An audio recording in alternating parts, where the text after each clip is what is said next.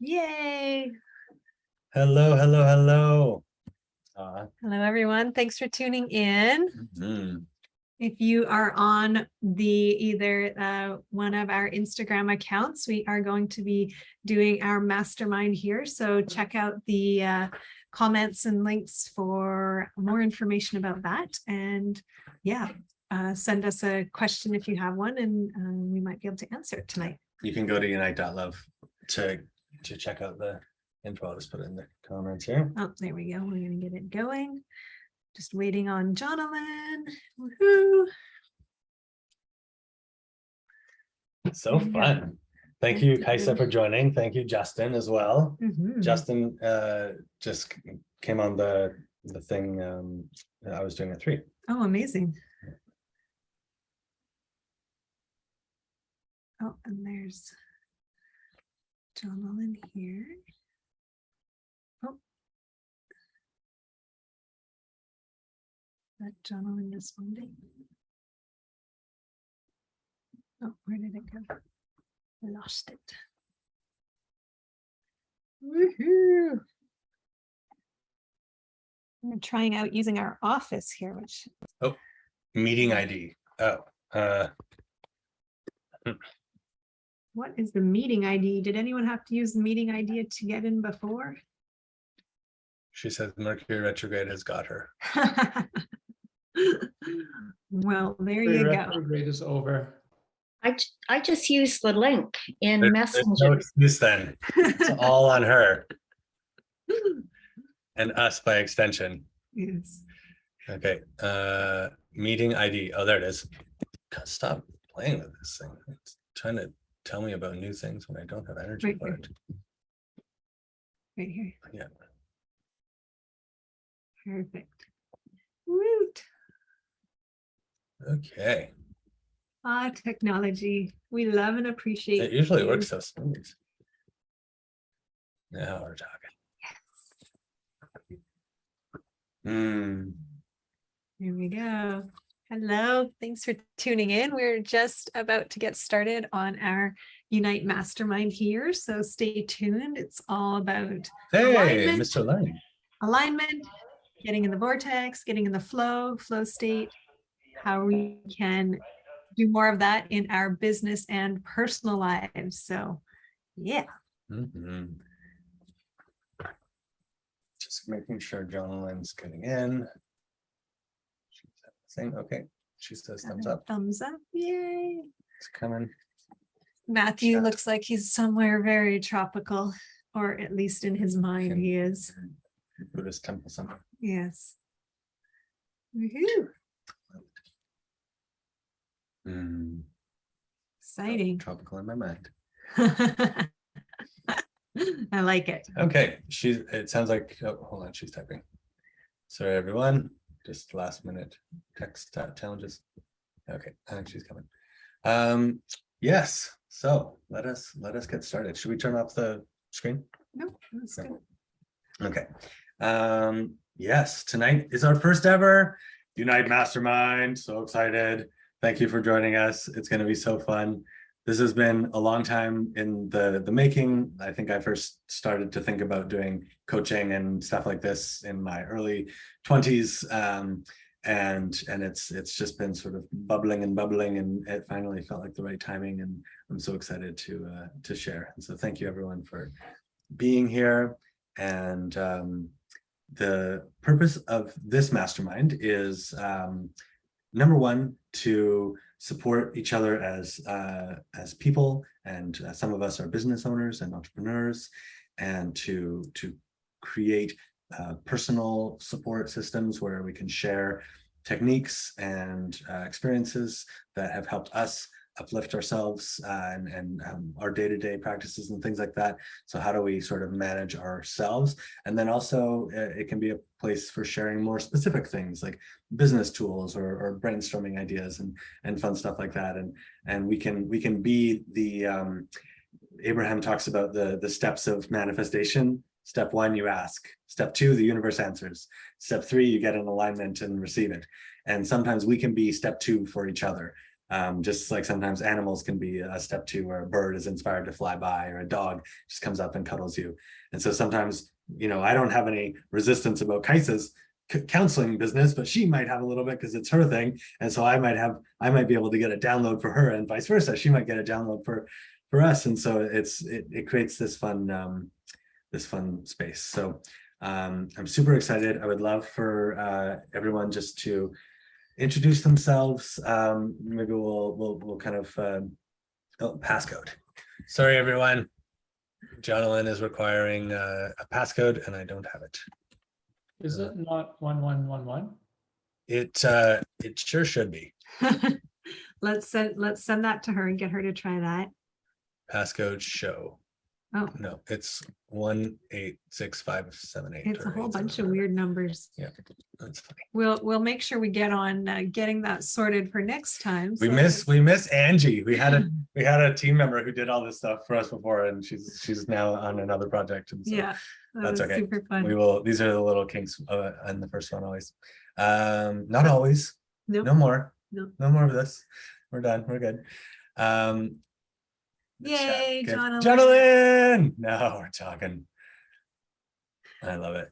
Awesome. Um, Woohoo. So what I was thinking is we can go around and everyone can take around a minute and just introduce yourself and share your intention for this couple of hours, and we can kind of get the momentum flowing. And I'd love to hear your name and things that you're up to in the world that you're passionate about, and then what's your intention for being here. What would be the most exciting outcome for you? And please continue and get started, whoever feels excited. Or we can just pick someone and pass it around. Oh, do they need to be unmuted? Oh, I can start. As there's quiet, I'll jump in. I have a counseling business called Sunbeam Counseling, and the purpose of it, my passion around it, is supporting people to find their magnificence underneath their trauma. This has been my path, and it has changed my life, and I love bringing that to the people I work with. I love the deep dive with people, and I'm also very practical, and I'm also getting into mediumship and channeling now, which I'm very excited about as well. And and I'm looking for connecting with people, like-minded people who are coming from stepping up and really honoring their magnificence and their authenticity. And I'm excited and looking for more tools and more support as I expand. Beautiful. Thank you.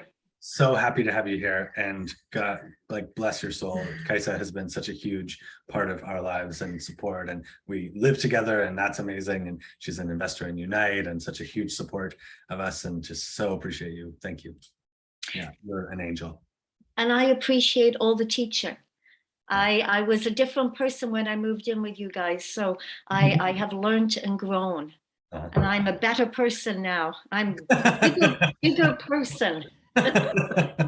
There's our first testimonial. Just move in with us for 7 years and you'll be a changed person.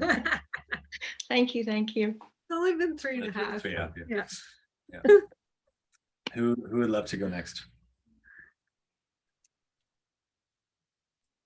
I always go next, so someone else goes next. Nice. Go, Matthew. Bless you. Go. Oh, you said someone else. Yes, someone else go. I always go next. Justin, are you Jonathan? Or Justin? Unmute. There you go.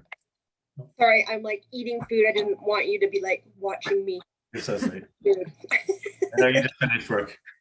I can go. Please. Hi, everybody. Hi, Jonathan. Hello. So good. I'm Jonathan. Actually, I'm got my reading glasses on. I can't see very well like that.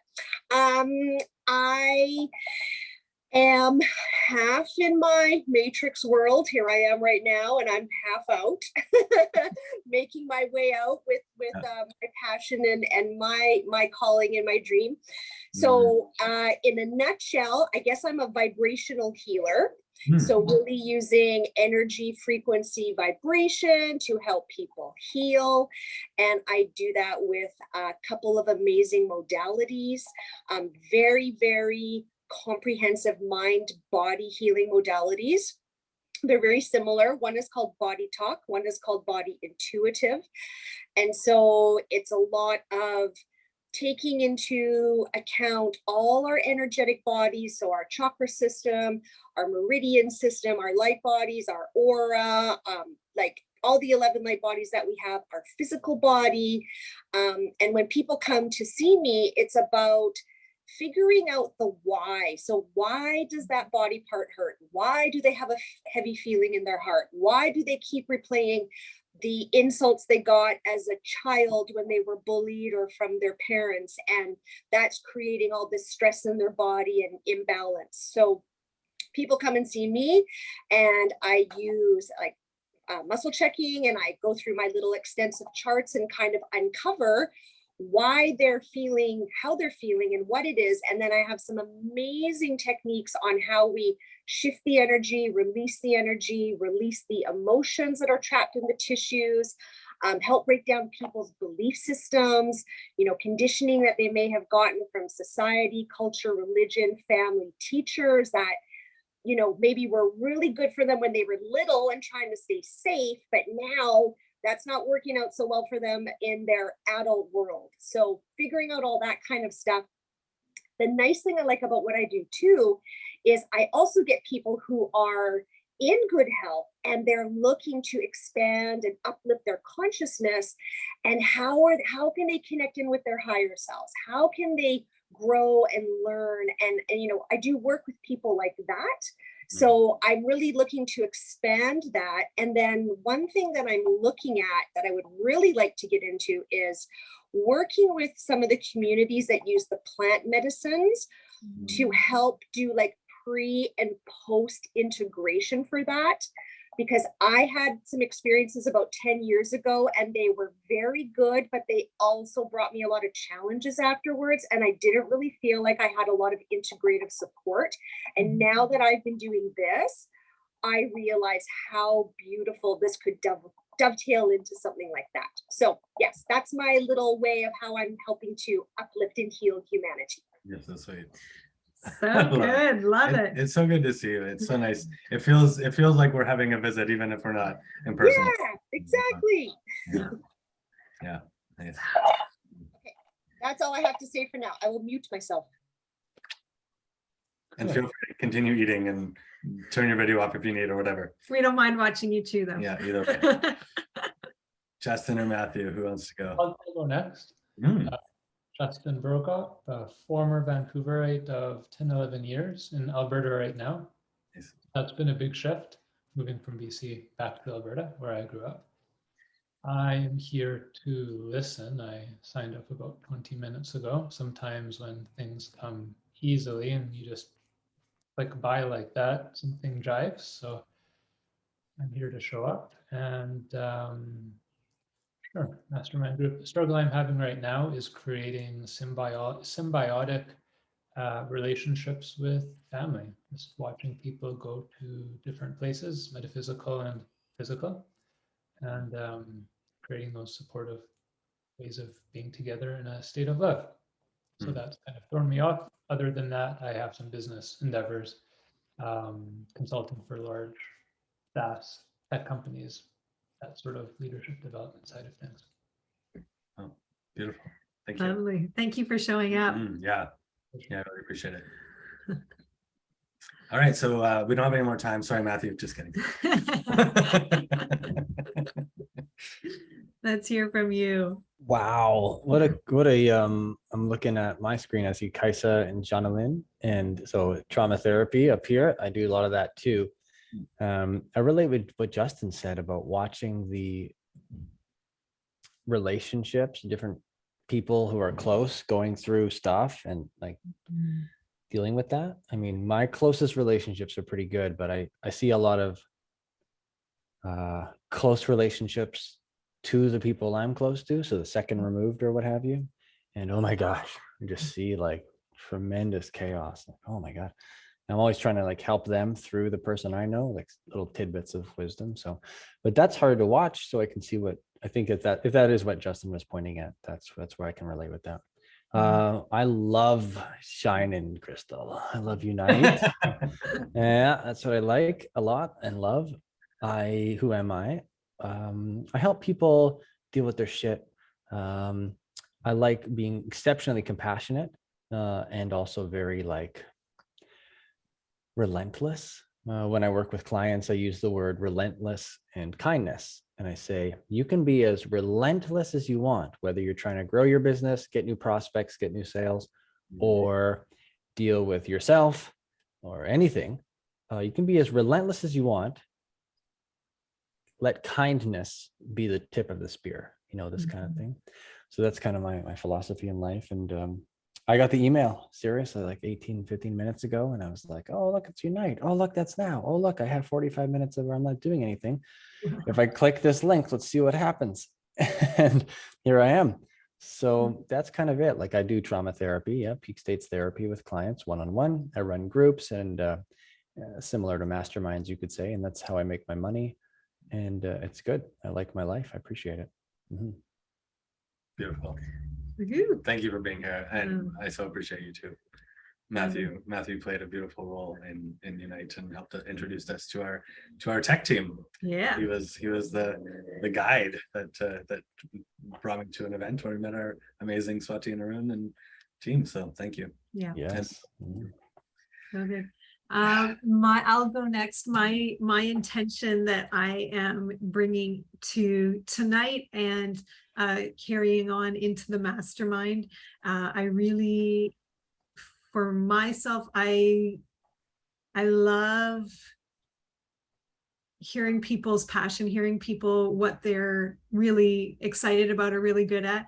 And I feel like I have a really good ability to, I'm a visual person and a visual artist. And when I'm in a lovely, in the vortex aligned place, when people are speaking, I almost see colors. And when their vibration is when they're speaking from a trigger or a challenge, like Jonathan said, when they're using something that maybe society's told them, or they're regurgitating something that's not true for them, they actually light up red, which is really cool.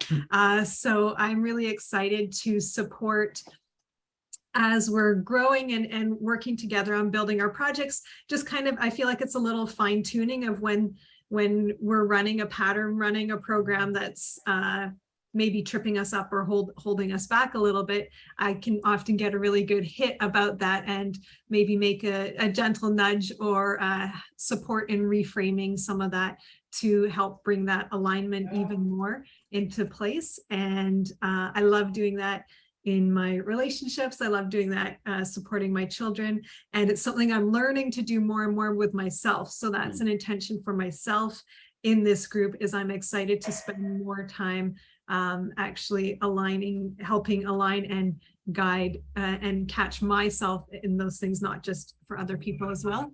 And I think being in this vibration is going to be really fun to just hone that even more. I'm excited to have kind of regular check-ins and accountability and kind of, you know, every week, whew, it's getting windy out here in White Rock.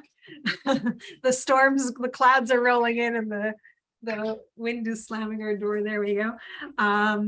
Yeah, I'm really excited to have a regular check-in space where I can kind of see what's been coming up over the week, if there's anything that I want to work on, and then remind myself and share a lot of the tips and tricks that I use in my life to stay in alignment, like gratitude journals, path to joy exercises to line ourselves up. I did one with my son recently, which was really fun, where it's 10 things that make the day awesome. And we try and check off as many of those things for him every day so that he's feeling at the end of the day, even if it was a rough end to the day, he can look back and see, all the things he did that actually really helped make that day awesome. So yeah, I'm excited to bring those, share those, and help kind of have a regular space to just check in and support each other and aligning more regularly, and not letting things, not checking in on things when they're really bad, but actually keep up leveling before they get bad, and supporting each other along the way. So yeah, that's my intention. Nice. And Justin, we haven't met yet. So my name's Crystal and I'm Shine's partner. So now you know who I am, and I'm excited to learn more about you. Off you go, Shine. My intention with this is to stay as thoughtless as possible, and to be very present, and to be in a receptive mode, so I can be a good conduit for sharing anything that feels exciting to share. And I'm also super excited to just have time to connect with people and share and you know, get the energy moving, and hopefully there will be some movement and insights and fun things that happen out of this for everyone. And that's my intention, is to be a supportive piece of that unfolding, where we can all get closer and more aligned with what we truly want. Yay. Jonathan. I love that. I jumped in at the beginning and introduced myself, and I was having my Mercury retrograde issues getting onto this. So I think I missed that intention part. So I just wanted to throw in part of my intention. And yes, I'm pretty interested in learning or getting better at getting into receiving mode.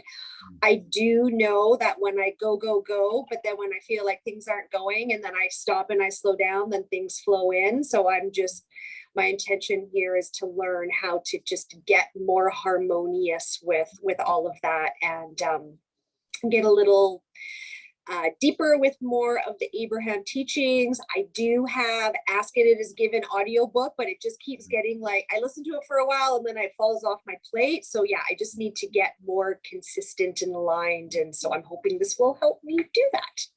Beautiful. Woohoo. Thanks for sharing that. That's a perfect place to start off, because for me, the that basic practice of meditation and getting into the receiving mode is sort of like the foundation that I live my life from.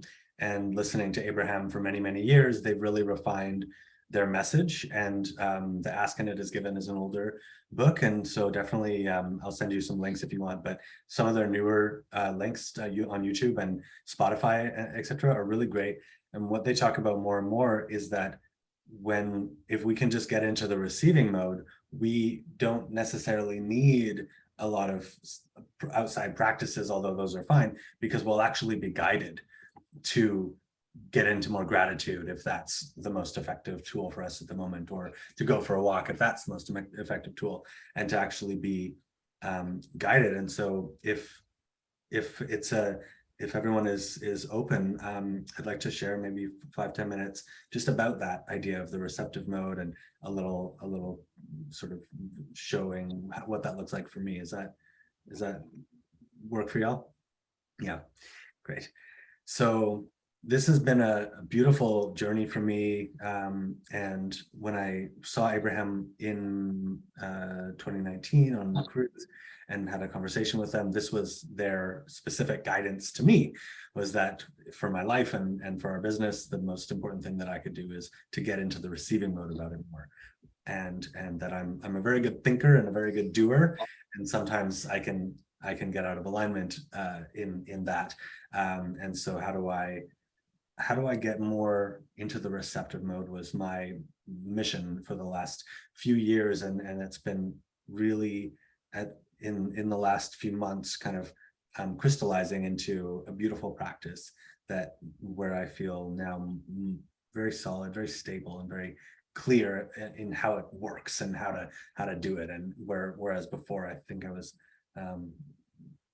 spinning out a little bit, trying to clear everything or trying to fix stuff, or different practices that weren't fully aligned and that were slowing that down. And so it was less consistent. So for me, the receptive mode starts with meditation.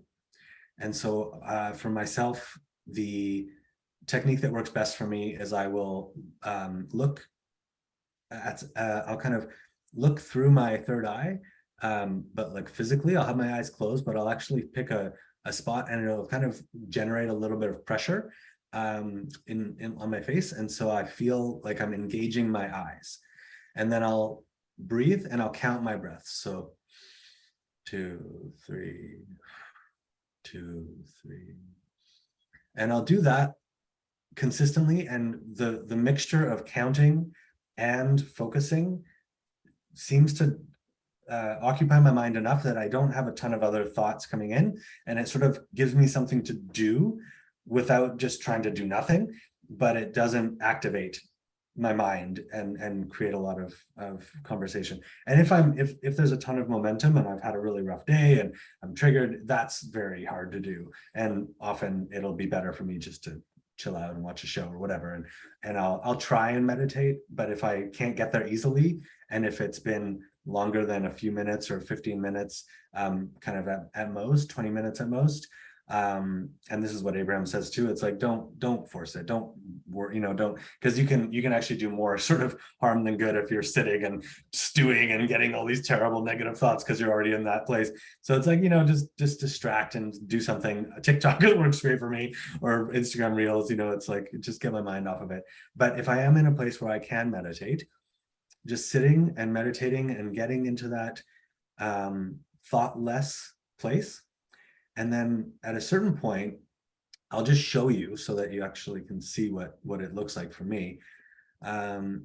So I'll focus on that point, and my body will start to move. So I'm not moving my neck because I want to. It just feels like what the energy wants to do.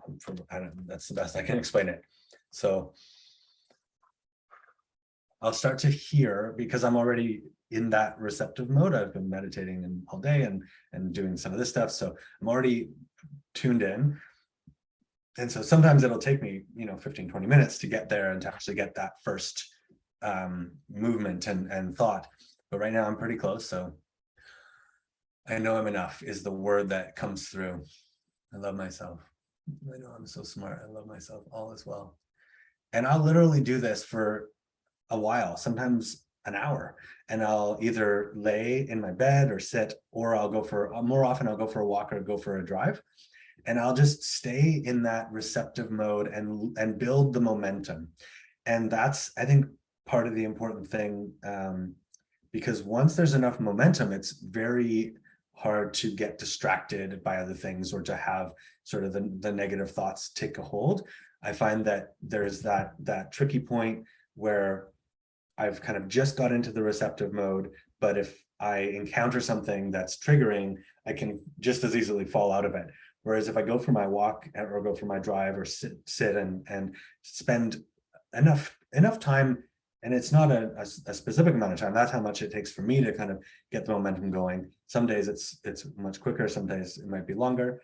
But that momentum will sort of start to carry me, and I'll get little flashes, little inspirations. And what's been happening lately, which has been really fun, is I'll actually get to a point where I won't be receiving words anymore. I'll be receiving just like goosebump tingles up my spine, or quiet, like silence, and just enjoying that stillness. And I'll start to kind of get into that place of like very still, kind of like the Matrix when Neo first gets his powers and he can stop the bullets and everything slows down. It feels like that. It feels like everything is slowing down. And then what's been happening lately is I'm actually able to get into a receptive mode where when I'm in the receptive mode, the words that come are things like, okay, what do you want to talk about? What's next? Like, what do you want to have a conversation, basically? And so I'll actually get to commune and connect in a conversation very naturally with my inner being. And so I'll ask questions and get insights and just have a normal conversation. It's not anything different. What's different is that I'm in that very clear place, so I can just receive a clear message and receive clear answers, similar to how I think Abraham works, where it's just having a conversation. It's no big deal. Kaisa, of course, knows this, and she's doing her channeling, hopefully maybe soon, right, with Ken. I love Ken. Ken Lewicki, he's an amazing channeling teacher. And so that's been a really beautiful practice for me lately. And the interesting thing, which is different for me, because I had an experience when I was younger where my dad passed away and my mom became depressed, and then she was able to heal her depression through this process called the journey. And I created a story that said that if I didn't heal all my past traumas, I would die or be depressed or whatever. And so that was I had a very inner push to get things, to fix things, to clear things. And I did it to the extreme, to the detriment of myself, not to the benefit. And obviously sometimes it worked because I have a great life and things have been going generally well, but sometimes it didn't, and it created a lot of stress and a lot of me being very edgy and irritable and not in the best place. And I know Crystal doesn't know what I'm talking about, because I was never that way with her. I was an angel. Just kidding. So she's much happier now that I'm doing more of this easeful work, I think, with me.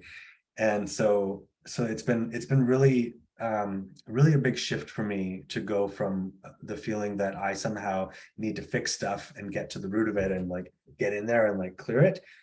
And what I've been receiving when I go into that receptive mode and actually have a conversation is a very new thing for me, which is my inner being will ask, do you want to talk about anything? Is there anything you want to share? And I'll say, okay, well, what about this problem I've been having with this person? And it'll say, not right now. Don't think, you don't need to think about that right now. And that's it.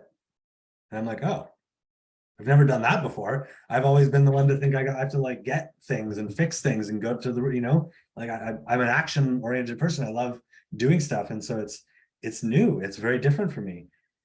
And it's kind of it feels relaxing. It's oh, okay, I don't have to spend my whole day trying to navigate triggers and being in this state, and it just feels like this opening. It feels like a lot of energy gets released and I can do other things, and then I'm being guided more and more to get into those states. And then I'll find, sometimes I'll get a flash. And so if I'm in more of a chill state and I want to relax, I'll sometimes get a flash of a movie or a show that I want to watch. And so that'll be fun, because I'll just kind of oh, I want to watch that. Sometimes I'll be guided to my phone and say, oh, I want to go on this app and listen to this podcast at this time or something. It can get very specific. And then there's a message right there for me. And I don't have to listen to the whole podcast for an hour. I can just find the spot and get the message, or something else like that. Or I'll just be guided to look at a certain thing, and just seeing it will kind of give me some inspiration, and I'll get a download about that. So it's been really fun to sort of feel like I'm following that guidance and being more in the flow. And I love the Jesus quote. I don't know if he ever said this, but I've heard it from the Bible, that he said something like, I don't speak unless he speaks through me, meaning God, his father or whatever. And so that I always resonated with that. And I had this idea that I really wanted to be one who came from that place and who was in a place of love and who was receiving. And that's something that I've had in my mind since my 20s or so, long time ago. So it's been this fun journey of sort of learning about this stuff and then actually getting to become it. And it's a fairly new practice for me.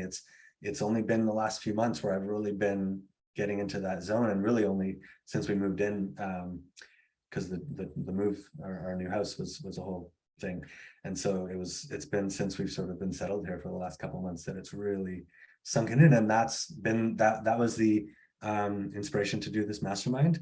I was not thinking of doing something like this. And that's also how I can know when I'm in the receiving mode, is I'm like, I wouldn't think, that doesn't sound like a good idea to me.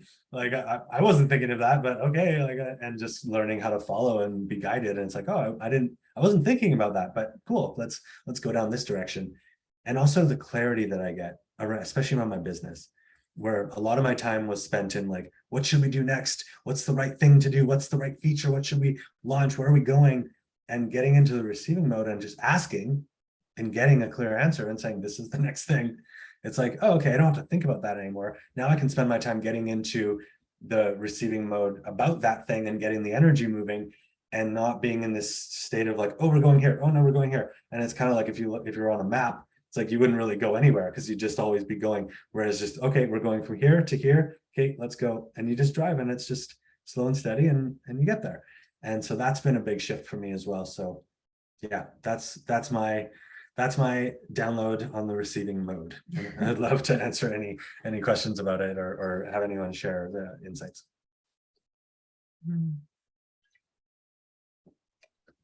Well, I'm wondering if it would still be worth my while even to just go through like the Asking It Is Given book, just for education. Oh, of course. Yeah. I don't read much. Like I've read like, I don't know, in my adult time, like 5 books maybe. So I'm not a reader. I have the audiobook of it, so I can just like listen to it. So, Yeah. So I haven't read it, and I haven't listened to it, but I'm sure it's amazing.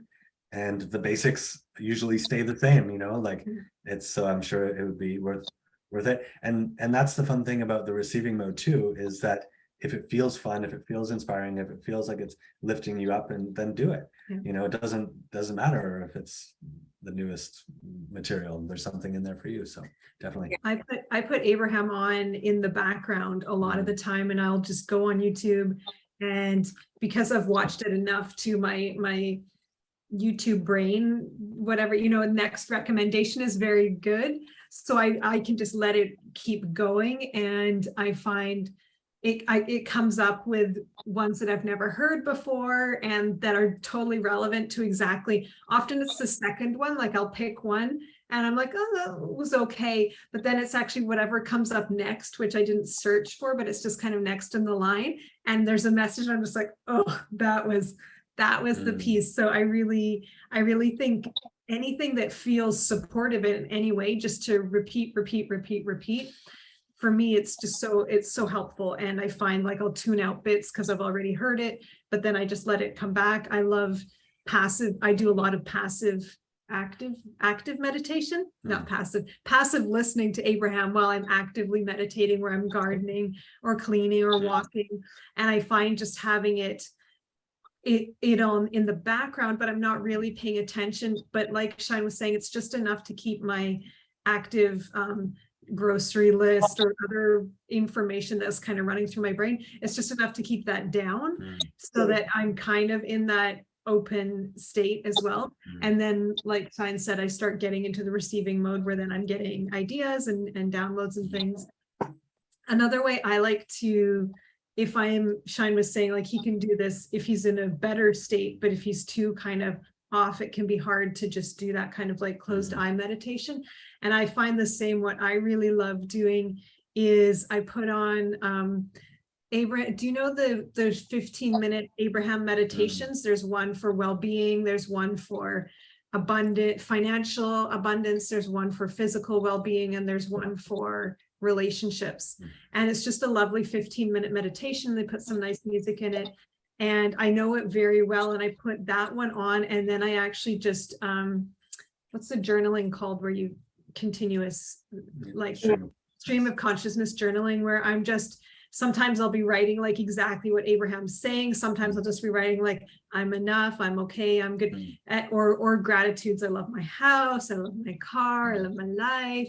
And what I find is that writing, just passively, not trying to write particular thoughts, but just keep my hand going, and generally in a positive, uplifting train of thought, that gets me, that's a really great way for me to get into the receiving mode. And it kind of tricks I'm a very active, especially when I'm triggered in a challenged place. I want to be doing, I want to be cleaning, so to like sit and close my eyes and meditate feels too passive and like I'm not working at something. So actually listening to the Abraham meditation and journaling really helps to just kind of quiet that. And I go from like feeling bad where I'm just like, everything's going to be okay. Everything's going to be okay. Everything's going to be okay. Everything's going to be okay. Or I'm not dying. No one's dying. No one's dying. We're not dying. We're not dying. Everyone's okay. I have a roof. And then I start to actually spiral myself up through those. That's another nice piece that we can share, the emotional freedom scale that Abraham has, where I can spiral myself kind of from like a low vibration to a bit of a higher, where I feel a little bit more positive. I feel a little bit more inspired. I feel a little bit more uplifted into kind of that really like gratitude track where I'm just appreciation, gratitude. By the end, I'm just like grinning and I'm like, I love everything. Everything's amazing. And then from there, if I want to do it, then I can do a meditation, a more closed eye or something that's more focused and intentional. But I need to get myself out of the kind of the crappy spin and into like a positive spiral. Yeah. Out of that spiral and into like a positive spiral of like, everything's going to be okay. Everything's going to be good. Everything's amazing. So, yeah. And it's been such a, I just saw a Top Gun, and there's that, you know, like the literally like the death spiral where you just can't, like, it's over. Like you just kind of got to eject and the plane's going to crash. And Abraham talks about that too, that there's sometimes the momentum is so strong, on the negative side, and you just can't do anything. You just got to go to bed or like something. You just, you gotta just surrender to that. And it's, for me, it's fun. Like when I get into those places, sometimes like now it's like, oh, fun. I get to like watch a movie or I get to like go for a drive. It feels, I'm trying to make it fun now. Yeah. So it's like, even if I feel terrible, at least I get to do something that I love, that's fun for me. And I'll just like get to distract myself in a really fun way. So I'm like, even when I'm feeling really bad, I'm starting to learn how to make it okay and just be, and I used to be really mad at myself and like, I should always be on and ready and going and whatever. And I'm just starting to learn that, like there's really nothing that I can do right now that's going to make much of a difference. So I'm just going to ride this out. I'm just going to take a nap or go for a drive or go for a walk and try and keep my mind off of it. And it works. I'll get back usually, and sometimes I just need to have a good sleep. And yeah, I think that it's that soothing and that trust piece, and that's a piece that I hope we can really bring through this mastermind as well, is trusting that all of us inherently are good. We're all going to be okay. We're all doing great. And when we're in that kind of shit spiral, that nothing is actually real. Nothing we're thinking is real. It's all regurgitated past trauma, past trigger, like Jonathan was saying, past messages we've taken on. And my hope is that by showing up for each other, and even if it's just, popping a little message in the Facebook group that we're going to have, where you just say, yeah, I'm just having one of those moments, and just to have some positive reflections of like, that's okay. Remember, you're falling out of the airplane.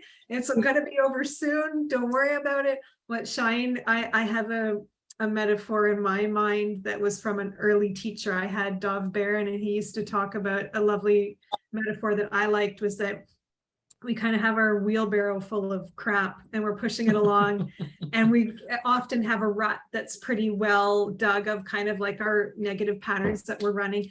And sometimes that rut gets so big that it tips over and the wheelbarrow is on top of us and we're just covered in our shit.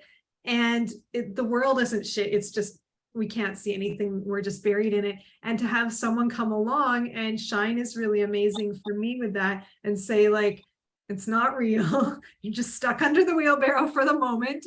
And I know you are the best person I know at getting yourself out of this. All you need to do is give yourself some slack, take a little break, have a nap, have a bath, love up yourself any way that you can. And I know that you'll be able to move through this, but it's not real right now. It's like everything you're thinking, we've got to sort this out. My kids are dying, the house is breaking, whatever the message is, that it's not true. And I'm really excited for us to get to know each other really well, where we can hold those moments for each other, like Shine and I do, where even if you're in that moment, we can be like, I know it feels like that, and it's okay, you're allowed to feel that way. And we can see, because we're not under your shitty wheelbarrow, that everything's going to be okay. And we believe in you, that you can transcend this. And actually, another piece from Abraham that I really love is those moments of contrast where we are in the shit. We're actually getting so much information about what we want. We're filling our vortex with amazing stuff. So it's actually really useful so now there's a lovely Abraham story where the glass shelves break in Esther's house and all their lovely glass things shatter to the floor. And Esther has a moment of sadness for all her lovely things that have broken. And Jerry kind of yells, "Ooh, shopping, more things we can buy now," because there's more space that's been created. And I really am working, like Shine said, to kind of, when I'm in those moments, to go, oh, there's going to be some juicy stuff coming when I'm out of this pile. Like when I'm out of this shit, there's going to be some really fun new manifestations coming from that, because I'm putting so much of, I don't want this, which means I do want this. So I'm getting really clear on what I want, more, better, different. So that's, yeah, it's really helping to not beat myself up when I'm in those spaces. So yeah, when we're feeling Mercury retrograde-ish, to just remember that there's so much, it's just putting contrast in our vortex. Yeah. And I woke up this morning, my arm was like so sore. I think I pulled something running yesterday, and it woke me up. It was so sore, like it was I don't know what happened. Maybe I slept on weird. And in the past, that would have been something where I'm like, oh, I have to figure this out. Like, why is this happening? And what's the underlying message, and blah, blah, blah. And I just took a couple. Crystal was like, oh, take some ibuprofen and Tylenol. I don't really take that stuff, but she's like, oh, that'll help. So I took some of those. Path of least resistance. Sometimes had a little nap, woke up, felt fine. And I'm like, yeah, I'm just not gonna worry about it. And if there's a message for me, it'll come from the receiving mode. I don't need to like dive into my sore out. And it's a new thing. It's like, oh, I don't need to, it's okay. Like things happen and I'm just gonna, it's okay. And moving on. And if there's something in it for me, I'll get it. From when I'm in the receiving mode, I'll receive it. Okay, great. Like I'm ready to receive that. So that feels fun. It feels like it's a big relief for me, because it's like, oh, I don't have to be the one doing, I don't have to. It feels like I felt before, like I had to take care of everything. I had to be, it's like it was my job to like fix everything, and it felt like a lot on my shoulders. And now it feels like, oh, my only job is getting into the receiving mode, and then getting inspired, and then getting clear on, oh, it's this thing I want to do, and being so excited about it that nothing could stop me, because I have to do this. I have to send this email. I'm excited to do this thing. I'm excited to go on, do this thing, and to try and just take action from that place as much as possible, because then I feel like I'm really doing what is I'm doing things that keep me in my high vibe state, which is a place where I can receive the impulses to take the actions and create the manifestations and the things. And then it's also, my understanding is that when I'm in that state, other people are actually inspired to do things that will support me. And just the same way, like a bird will fly by, they're getting that inspiration from source. Like we can be that for each other. And so other people might be, oh, it's like I've been emailing investors. And so it's like, when I'm in the receiving mode, I'm creating a better likelihood of them being in a good place when they open my email or whatever, or in a bad place when they open my email, if they're not the perfect investor, because that's good too.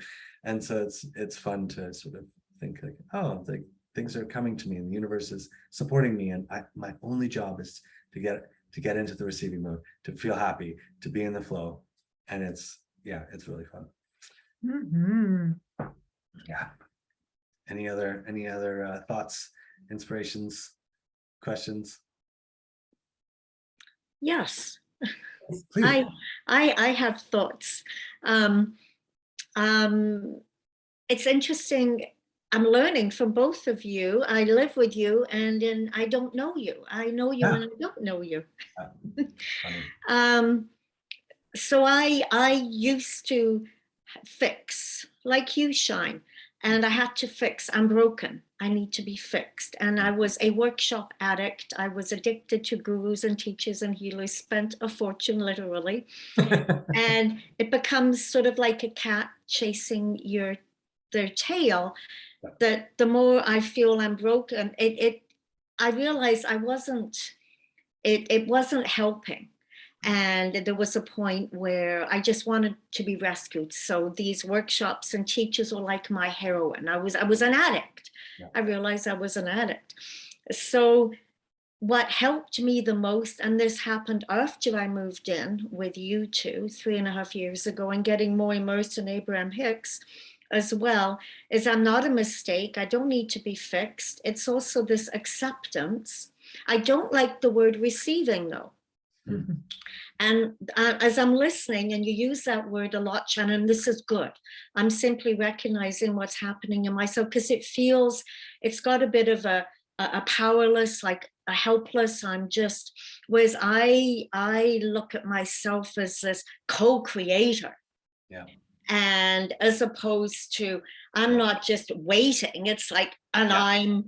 I'm actively listening and paying attention and learning. So Yeah. I like that word better. The tuning into your higher self mode. That's Yeah. that's Yeah. for me. Totally. For me, it was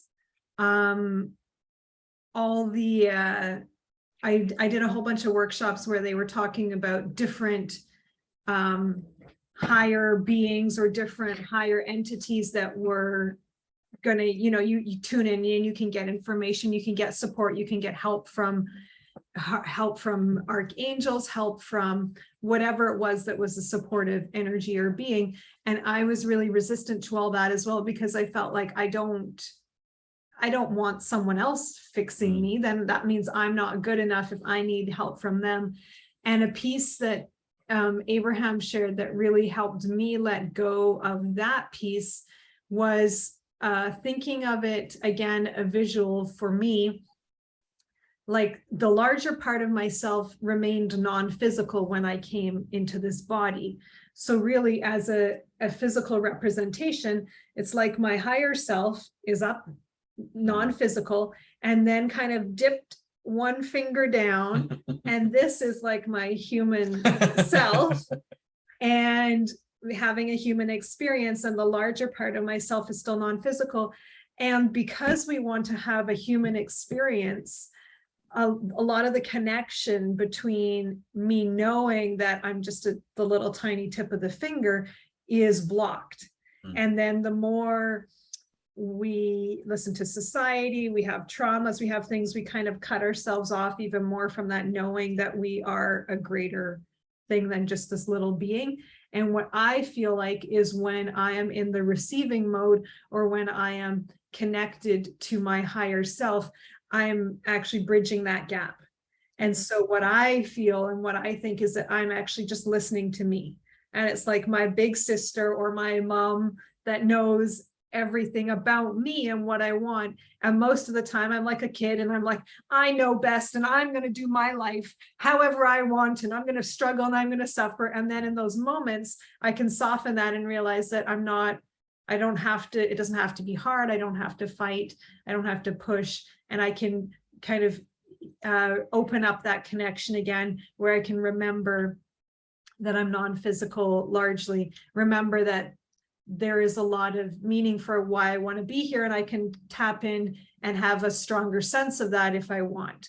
And that really helped me feel much more comfortable with this higher self, non-physical downloading, instead of thinking like I'm downloading it and getting that information from God or someone else. Remember realizing that I'm getting that information from me.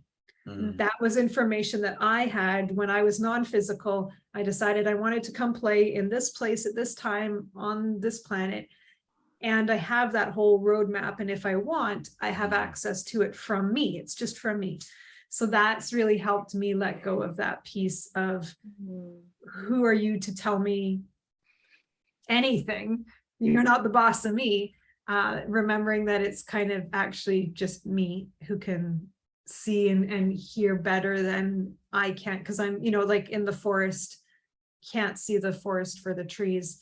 And Shine has a nice analogy of, it's kind of like, if you're trying to you're in the forest and then you have a friend up on the castle with a walkie-talkie. And the friend is like, yeah, go left around that tree and go right around that tree and go, because they're not better than you. They've just got a different perspective and can see the path, whereas because you're in it, you sometimes can't. So that helps me ease that when I'm like, there's no higher thing. Don't tell me what to do. Don't tell me what to do. That's excellent. That's an excellent. I love the visual. I love that. That's good. Thank you. It helps to anchor it more when I'm going back to my angry toddler place. Yeah. Thank you.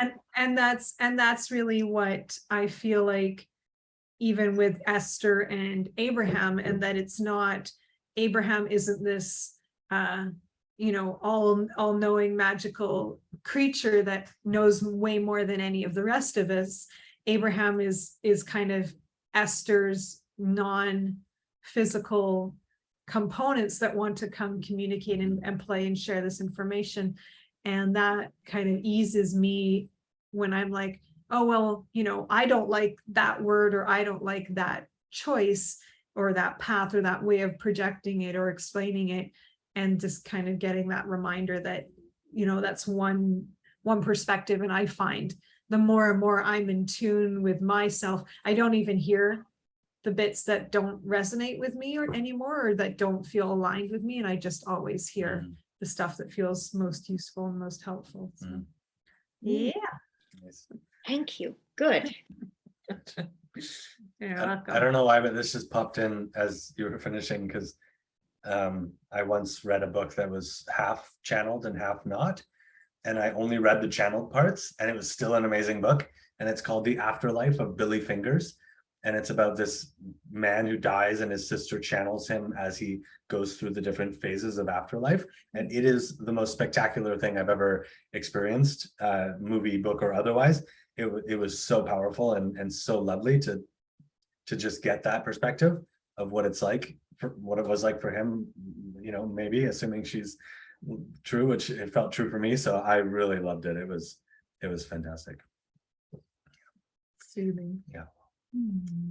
Yeah. Any let's continue. Anyone have anything on this topic or another topic that they want to talk anything about? that's coming in, what I find is if you get kind of like little thoughts or questions or wonderings, even feel free to write them down while we're talking, because I find often those little pings can be really useful to kind of dig into and step into. And just like Kaisa, my mom, was saying, that for her, that one word can be a challenge. And so just by doing a reframe of that can be really helpful. So yeah, if Justin or Jonalyn, anything's come up for you over the last little bit, you want to drop in? I was listening to the birds as well. This meeting coincided with there's a whole actual birds outside. Oh, fun. And I think I want to say 3 times a day, but usually the first time I'm sleeping, the second time I'm sleeping, and the third time is right now. I took a few interludes just to listen to the birds as well. Nice. Sometimes it's nice. I've had experiences as well. I know this is being recorded, so I may have had some journeys that may have involved plant things. And an experience that happens with that, I feel like, is seeing, almost like seeing God in nature, like seeing how the leaves move together, looking at the ocean and seeing all of the little ripples as the breath of something bigger, and just allowing your gaze to soften so that just comes. You're not looking for it, just sort of comes. Nice one. So good. Yeah. That's another kind of instant hack for getting into the vortex or receiving mode or higher state place for me has always been nature.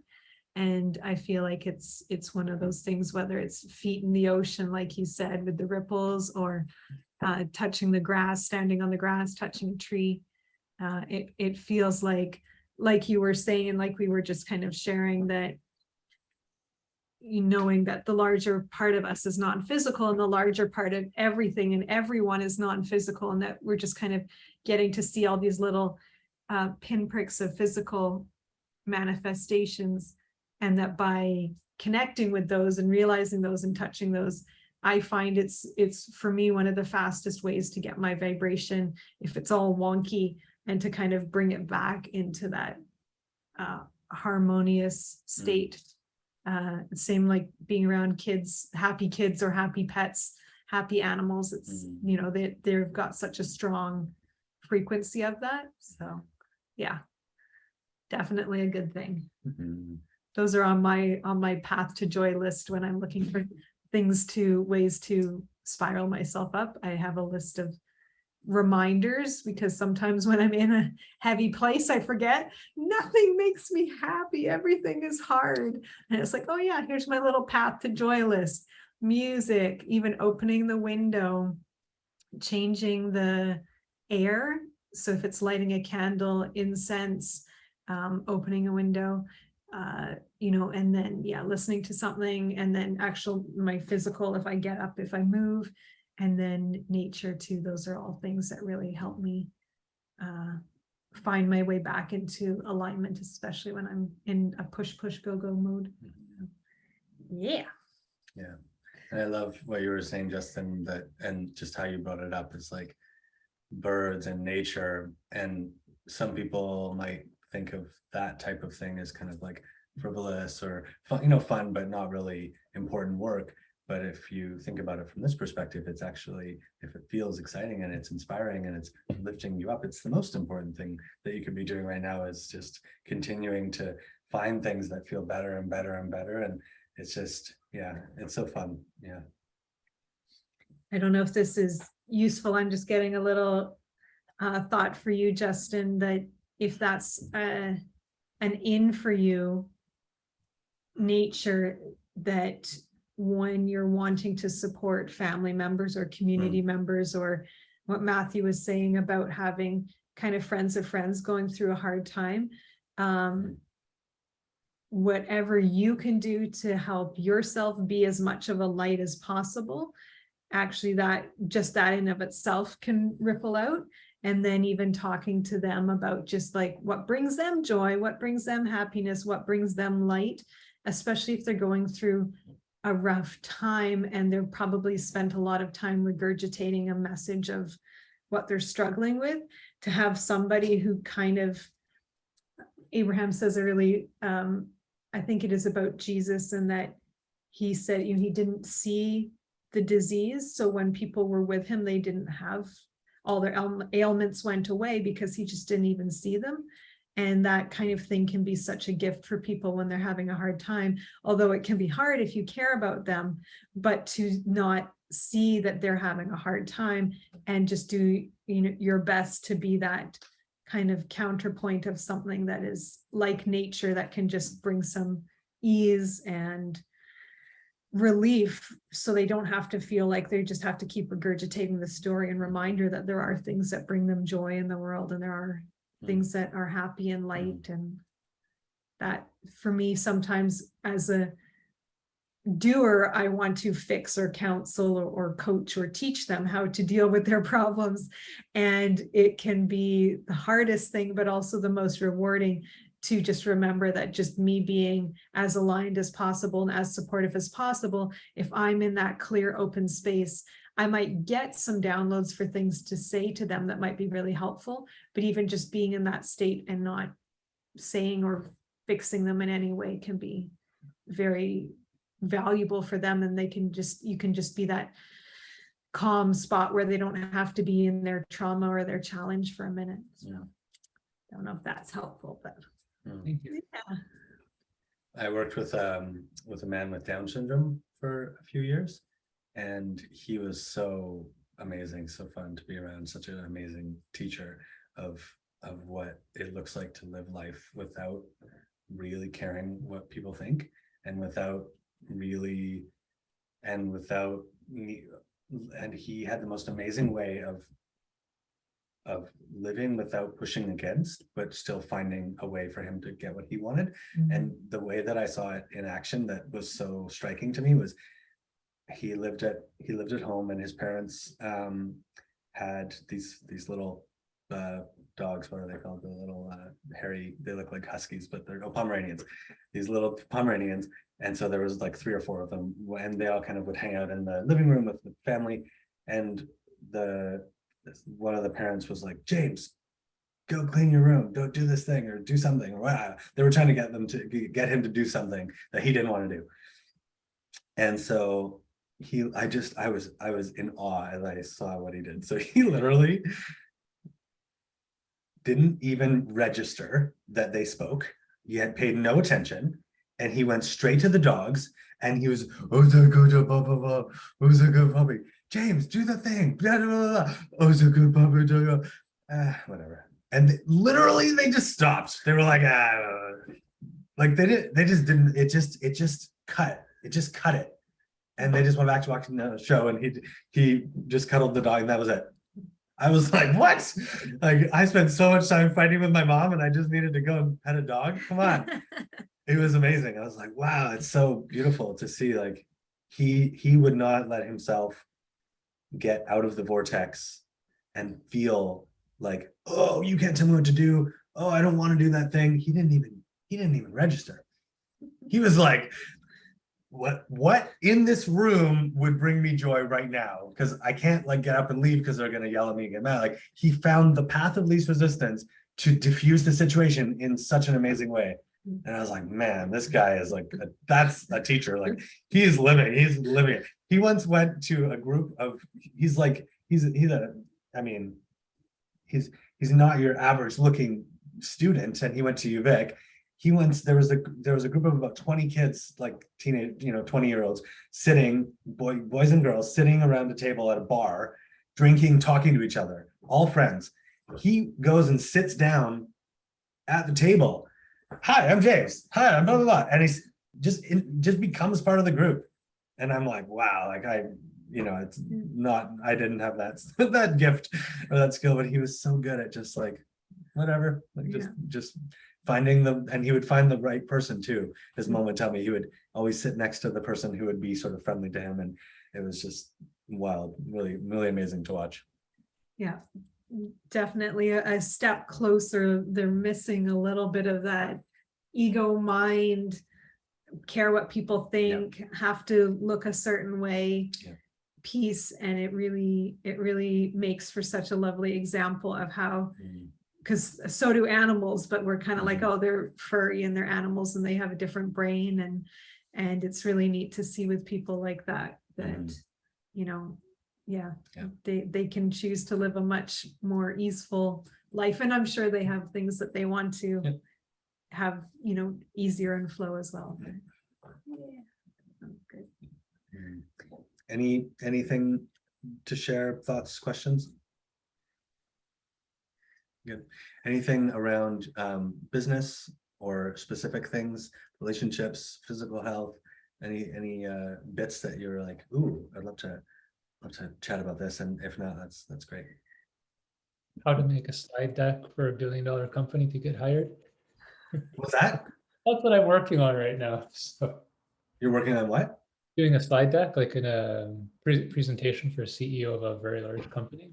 Oh, great. Nice. Be retained to help them get their shit together more accurately around their team performance, cohesiveness, reducing turnover, things like that. Like employee wellness kind of stuff? Kind of, yes. Bringing intuition into the workplace. Oh, nice. Beautiful. Amazing. Yeah. Do you have a question or anything that you're wanting specifically about that? Nothing's really coming up. I know that you've had some level of success with Unite, and that'll be an interesting path to follow over the next few years. One thing that's really been useful for me to remember is I feel like we all have a spot where we're like, oh, I can be spiritual when I'm meditating, or I can be spiritual when I'm at a ceremony, or I can be spiritual in nature, but we can bring that into creating a slide deck, into business, and that so much of it actually, if we energetically line up with it and energetically do it in our mind, not just get into the physicality of it right away, it can be so much better and so much more effective. And if you think about athletes, or you think about movie stars, or you think about anyone who's producing something, musicians, they rehearse, they perform, they practice their art over and over and over and over again. They do it in their minds, they visualize their shots, they visualize all that. And the actual concert where they're singing, or the actual game where they're playing, is a very small part of their whole job, of their whole life. And I feel like in business, because there's so much busy work of emails and messages and connections and research and stuff, that it can feel like you're not really gearing up for something. You're always just churning that wheel. And what we try and do is we try and do a lot of, we call it pre-paving. So we try and do a lot of doing it in our minds, or we do it together. So we build the slide deck visually in our heads together on a whiteboard, but we're not actually making it physically. And we talk about the energy we want in it, and we talk about how do we want the people to feel when they receive it. What do we want them to be inspired when they look at that slide? We want them to get an aha, or a light bulb, or a thought that they've never even thought before, and it triggers something that they never even thought. Like we kind of do all this imagining and what ifing and playing with it as much energetically as we can, and really seeing that actually 100 hours of that energetic work is worth way more than, like 100 hours of physical work is worth so much less. And that we can do that imagining and that energetic work anytime, anywhere that we are. And most of us do a lot of that in a negative way. Oh, I haven't done the thing yet. Oh, the deck isn't good enough yet. Oh, we should make it. It should, like we're energetically building it in a downward spiral. And what we try and do a lot of, and we've done this a lot with our events, and is how do we want the people to feel when they're coming to the event? How do we want the people to experience it? What do they want them to go away with? And so we're building it in the ether before we even get to kind of the physical day of. So that's something maybe to think about with this deck too, is how much can you build it energetically, feel good about it, feel excited about it, feel happy about it, feel happy that they feel happy about it. And I think for me anyway, bringing that intentionality into the business is such a valuable tool that I don't do as much as I could sometimes, especially if your business is what's bringing in money that we all feel like we need to survive in this physical plane. It can be harder to bring that light, playful, spiritual, energetic piece to it, because it feels like there's physical stuff that have to be done, and there's a deadline, and there's a client, and there's a thing, and there's a boss, and there's a paper, and but really it is all the same stuff. It's all energetic, and lining up. Because I haven't been making as much time in the last little bit as I could to meditate, and I keep seeing this quote, which is the monk or whoever's saying, if you don't have 20 minutes to meditate, you have to meditate for an hour. And that kind of, I keep getting that, like, if I don't make like that little time for myself energetically, then I've made myself so busy that I actually need to make way more time for myself. And I try and do that with the business, where I feel like, okay, I haven't sat down at my computer and answered emails and answered messages, and actually getting that I need to do it the other way around. I need to do the energetic piece first. And after that piece, then I'll get the inspiration or the download or the thought or the right message to answer the right message first at the right time with the right words, or put the right picture in the slide deck, or put the whatever it is that I'm working on. And I find it feels backward to me, because I'm a like production doer kind of generally person, and it actually is so much more useful and beneficial. And what I find is when we've done some work and we haven't been in alignment, we have to go and redo it. when we're in alignment, because it's not good and it feels off, and we get the feedback from the community that it's off. People don't resonate with it. People don't get the intention behind it because we weren't lined up and we weren't clear. So it really, as much as it can be hard for me anyway, to kind of think of taking that extra time, it's actually so much more valuable, and it brings it to a level where people will just like look at it, and it won't even matter what it actually says or looks like, or it's the energy that they're going to get. And they're like, I don't even understand why I'm reaching out to you. I don't even know what this, I just had to show up today because there was something there, and it's the energy, it's the energetics. So that's been a big piece for me in the business world, is actually reminding myself that it's no different. And I think for a lot of us who are coming to business from a spiritual place, we can feel like there's business me, and then there's like spiritual me, or me when I'm doing my passion, or whatever the piece is. And that actually it doesn't have to be a separation. It can be all the same world. We get to make the bridge. Yeah. I have a lovely relationship with business decks, because we've built two in our career, and the first one was for our events company, the second one was for our technology company. And both times the act of just actually physically creating a visual representation of the intention and the vision of what we wanted to do with the company, that experience, which I think each one was at least a month long. So we would be building it kind of day after day, like refining it, rewriting it, playing with it, just different visuals, like really getting into the nitty gritty of it. Like, ooh, like what's most important? How's this going to affect people? Why is it beautiful? Why is it amazing? How's it going to be so big? How's it going to be successful? Why is it good? How blah, blah, blah, like just really getting into it. And both times when we were doing that, we didn't have a ton of other physical projects that we were working on. It was mostly focused on the deck. So most of our time was spent in that energetic, highly excited, highly creative space of like just only focusing on the big vision. And we weren't getting stuck in any of the details of it, where we were like having to actually do the thing and like, oh, this is hard. And it was all just fun and creative. And both times there were situations. The first time, one of our vendors from one of our events, just out of the blue, hadn't spoken to him in a long time, a year, and didn't really know him, out of the blue messaged us, hey, are you looking for any money for your events company? And we were like, yeah. And we literally got the specific dollar amount that we had to put in our deck within a week, from a crypto payments company who wanted us to sponsor us. And the way that they handed over the money was like, it was like change. Like it was for them, like it was like, oh, here you go, whatever. Like it was like very little money for them, but it was such a big number for us. And it was so wild to just see that direct correlation of like us just being in such a good space, having such a clear vision of exactly what we wanted, and a specific number even of what we wanted and how we wanted it to feel, and blah, blah, and it just was like easy.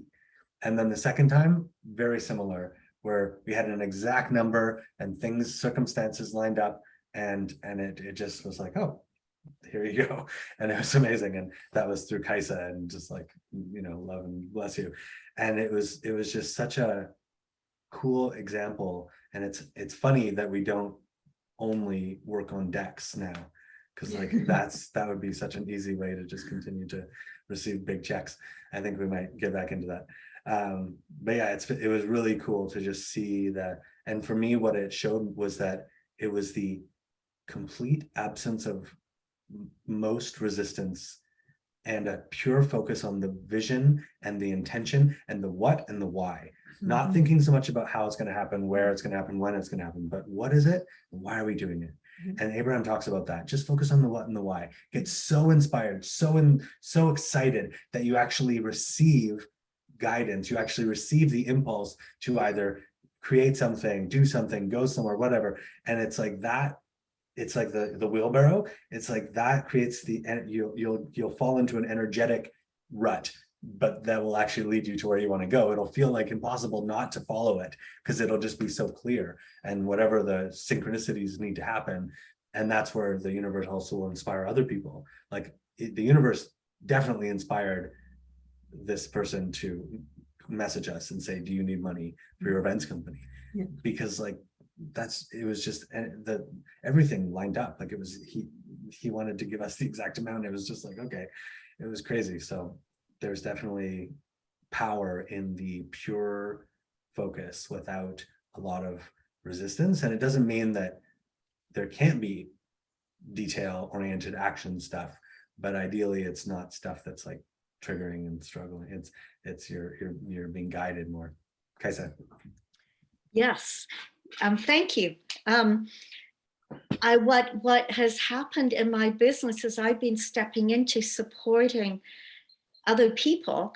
It's happened because I have been falling in love with myself, or my whole self, and the multidimensional and the magnificence of humans and how awesome we are. And I fall in love with all my clients. Obviously, there's boundaries and all that, but I see, much as you were talking about with Jesus, seeing and feeling their wholeness. So yes, they have their stories, and I feel emotional now speaking this, but I feel their wholeness. I feel who they truly are. The story is simply a story. Oops, sorry. Magnus. Yeah, it is. Yes. Anyway, I'm falling in love with me, all of me, and I'm falling in love with them. It's so cool. This is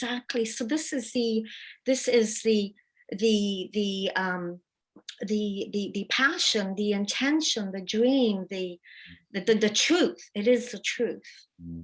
And that's how I began, and it just gets deeper and deeper. Yeah. Thank you. You have such an amazing story because you're not really on social media or doing emails. You're not really doing much promotion, if any. You're purely getting referrals from your clients who just love you.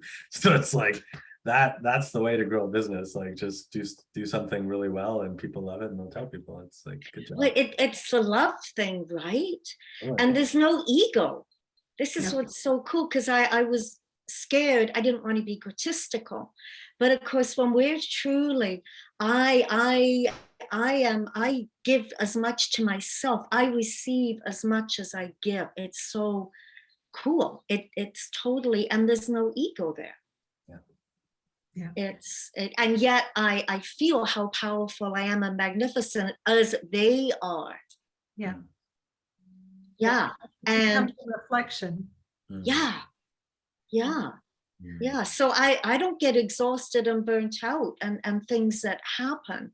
I mean, obviously there are some days where it gets, but there's not this burnout, because I'm not working from that place of lack.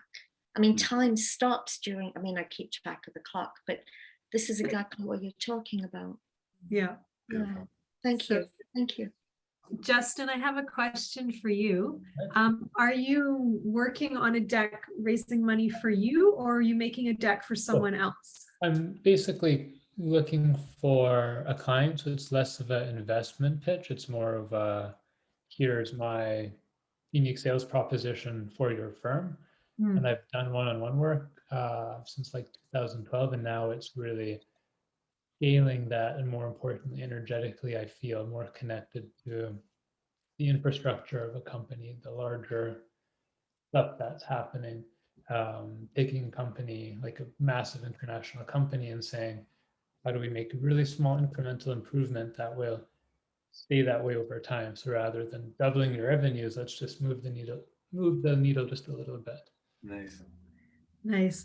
So I don't know if this is useful for you. What I'm getting is, because you shared briefly, and some plant medicine journey work maybe has been something that's in your life, and that I think plant medicine can be a lovely tool to get us the information that we need in that moment to integrate into our lives, and thinking of yourself as this designer of this deck that is going to help this one person get this message to these other people.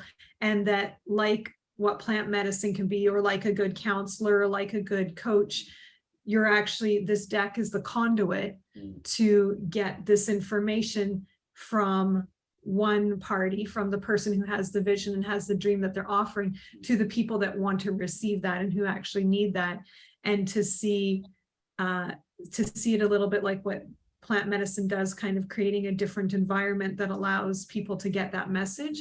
And that's what the deck is doing, is it's creating an environment for these people to receive the message that your client is wanting them to receive, of whatever the offering is that's going to benefit their community. So that, I don't know. Or you could just send them some mushrooms with the deck, or put acid on the pages, and either way, good to go. It's just about having a conversation with someone through different mediums and ways. Yeah. Engaging. Now it's Okay. a little different, I would say, than before. Very cool. Is there anything that you feel like you'd love to tweak with that, or does it feel good? I mean, myself, what I would like to do is get into a room with key decision maker and essentially have a conversation. Now, I don't think about all the details naturally. I can do all that stuff. I can be all numbers. I can do all those things.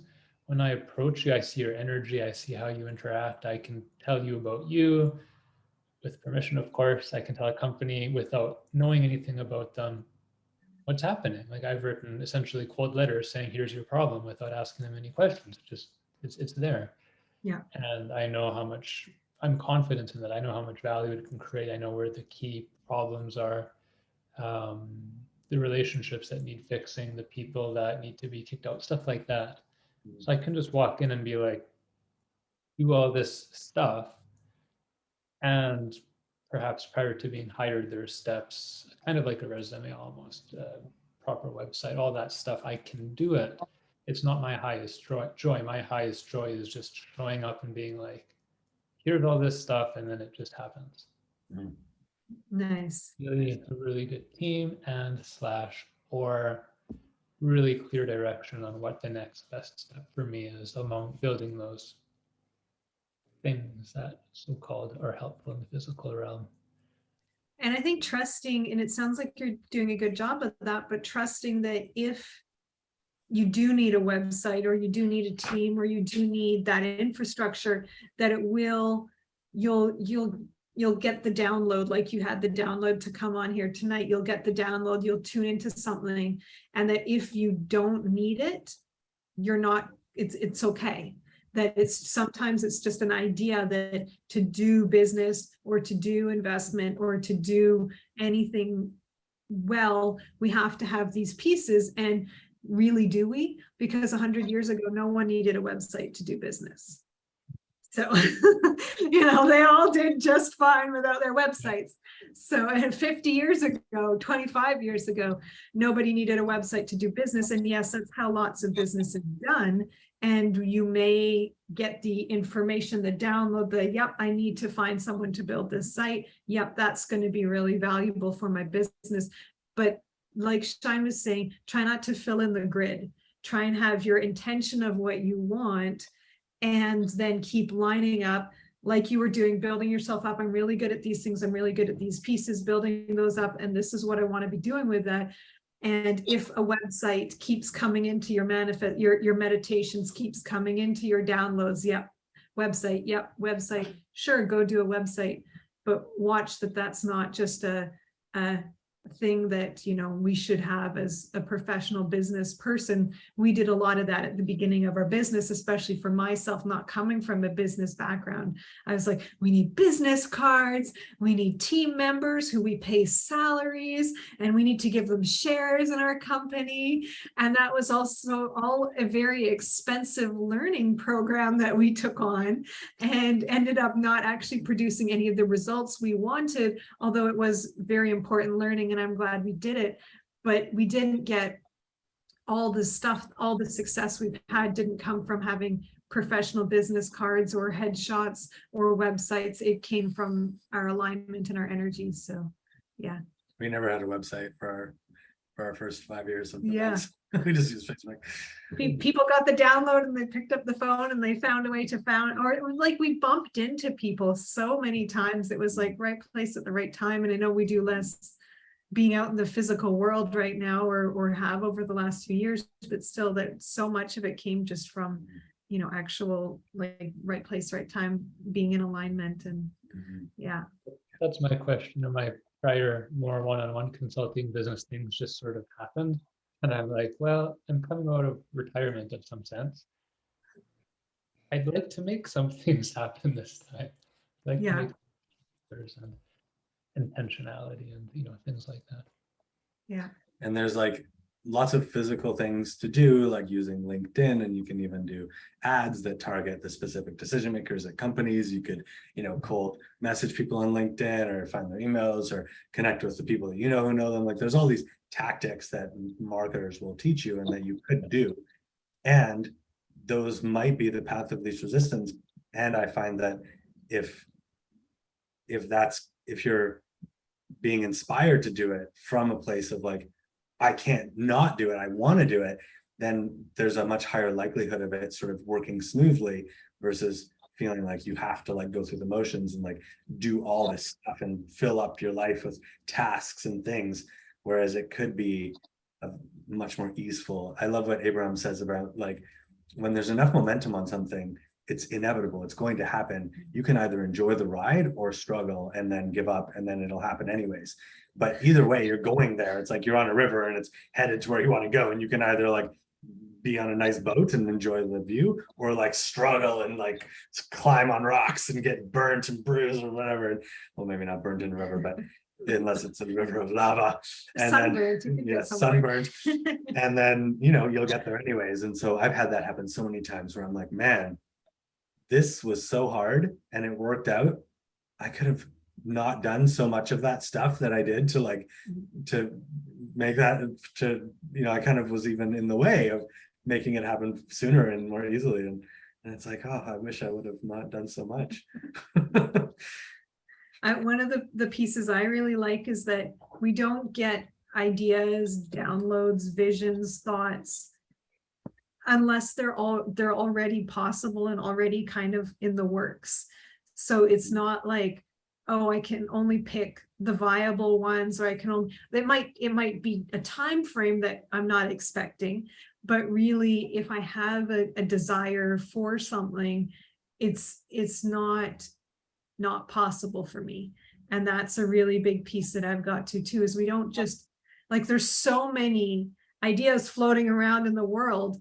Very few people are like, I've dedicated my whole life to being a doctor, and then all of a sudden they just get download after download to have a whole different career. Sometimes that happens, but mostly it's something along a similar trajectory, and it's not going to keep coming just total random ideas that are completely not possible or not something that is going to be fun and amazing to do.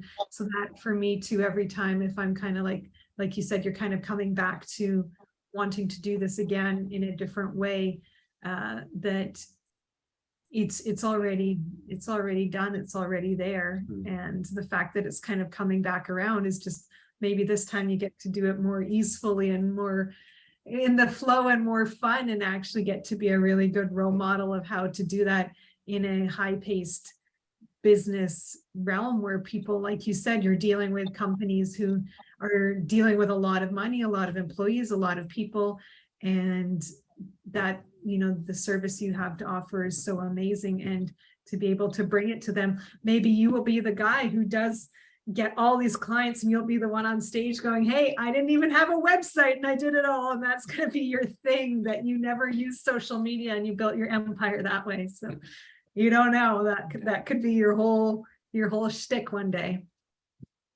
Thank you. And I do have some friends who are in that field. So if you want any connections from other people like you who are doing trainings with big companies, happy to make intros. Yeah. So firms who train, they train the companies basically, like they're consultants or trainers somehow. People Mhm. like you who are offering their services to big companies. Yeah. Yeah. It's really good work because getting those companies to just make little tweaks to line up can make such a huge difference and ripple out, ripple up, ripple down, and yeah, increase the, not only of course profitability for those companies, which is what, you know, the management is hopefully hoping for, but also just, you know, the productivity, the quality of life for everybody involved. So, yay, good job. Yeah. What, anything else, Jonathan, Kaisa, Justin? Nothing really on my mind right now. I mean, maybe one thing we could talk about is I do find like I have great routine habits, self-care, diet, eating, you know, all those things. But sometimes I do find it's getting that like blocking time. I want to get better at blocking time so I can increase my productivity. You know, I can be busy all the time, but I want to get the emails done that I have to get done, and get this and get that. And sometimes it's so hard because you get sucked down all these little rabbit holes. Yeah, yeah. You know, you're trying to do something, like if I'm trying to go on Instagram just to look at something, I have to literally tell myself, do not look at the reels, right? Because then it's like, It's over. Yeah, you're toast. Yeah. so it's like, I'm like, no, back over here. But yeah, that's, you know, some things that I definitely struggle with sometimes, is like trying to be productive. And it's not like I make the list and I beat myself up if I don't get through it, because that's just not reality. You know, we can all make these beautiful lists, and, you know, if we get a few things done, it's great. However, I feel like sometimes, even though I'm good with my time, like, how can I get a little more efficient? Yeah. For me, the pre-paving really helps with that. So taking a few minutes, if you have your list of like, I want to go on TikTok and message this person, I want to go on, do this email, and I want to do, you know, your list of 3 or 4 things, and pre-paving it just a tiny bit.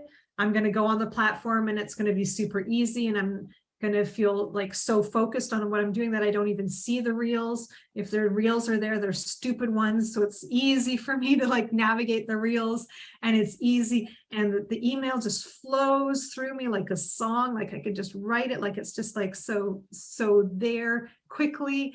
And, you know, just touching each little point just for a moment and giving it like that little, I think of it like jumper cables, and just give it a little, pump it up with a little bit of juice. And I find that helps to, because what that distraction is it's looking for me, it's looking for a little bit of instant gratification just for a moment, because I'm doing something that I kind of don't want to be doing.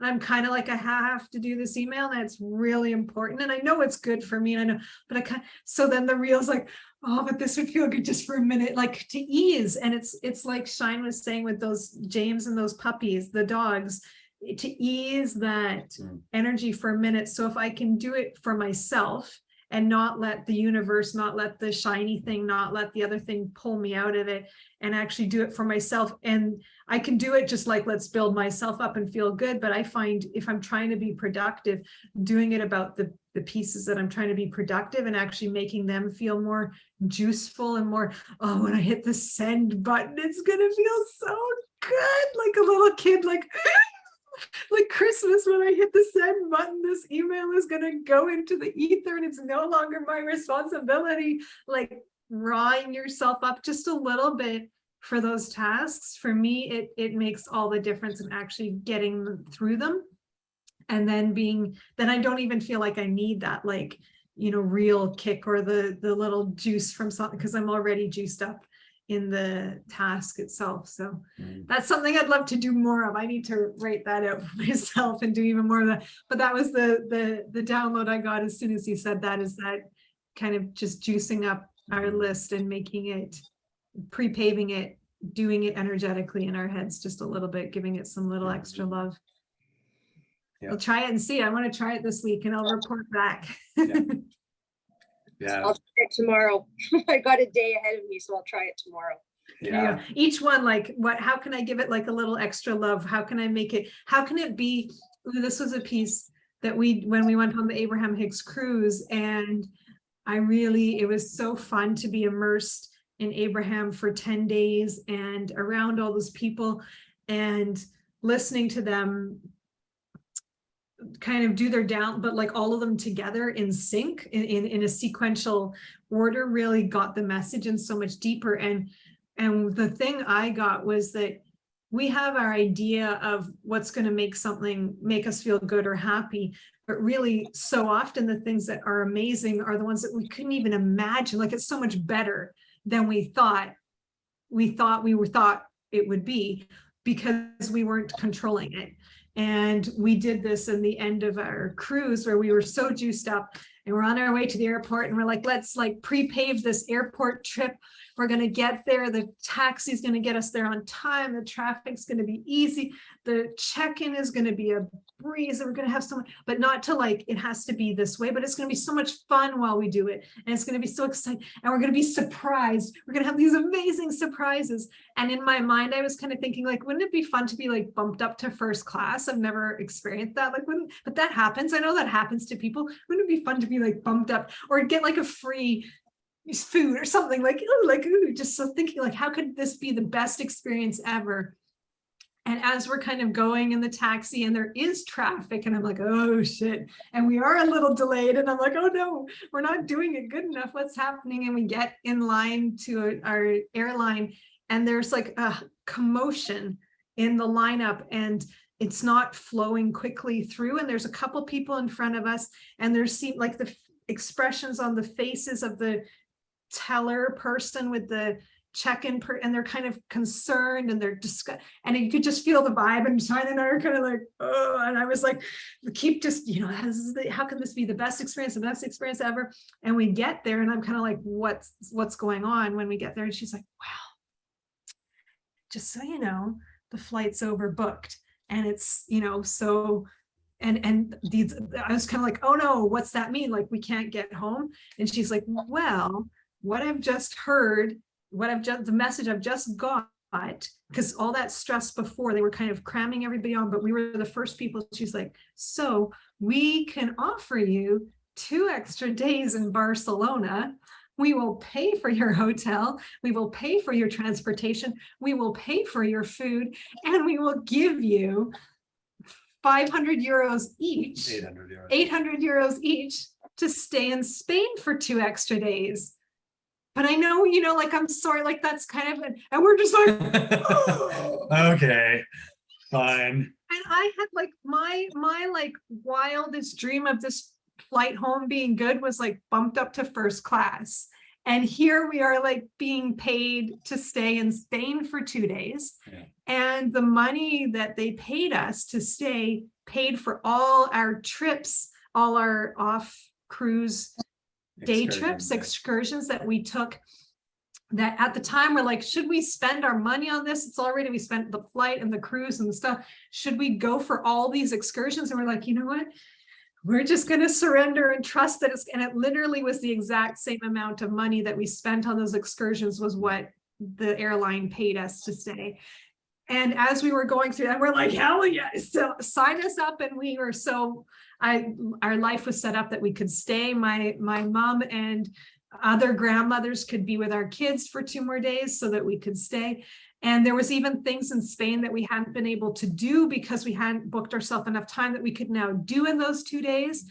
And as we were going through this process of to rewind, you have to go back through security and you have to, it's a whole process to miss your flight and all this kind of thing. And there was about 6 or 7 other people going through with us, and they were stressed and they were anxious, and we're just like, we're being fucking paid to stay in Spain. And they're like, but I have my thing, and what about my bags? And even though they kept assuring us your bags are fine, we're going to get them, but my bags, and I need my, and we were just sitting there like, what is going on? And it was such a great reminder to not fill in our own grid. That was my very long story to say, don't fill in our own grid, because if I'd said, we have to be bumped up to first class, that's the only way this is going to be a good flight, that might have happened, but we would have missed so much of that. But by going, I just want the most fun experience. I want to have an amazing story to tell. I want to be excited and surprised and elated. And that's, so Abraham talks a lot recently about pre-paving, and that's what it is imagining scenarios coming in the future, whether it's the next 5 minutes or the next day or the next year, and how amazing they can be and how much fun, but not filling in how it has to happen. And that even if you have your list, Jonalyn, and you're like, I have to do this,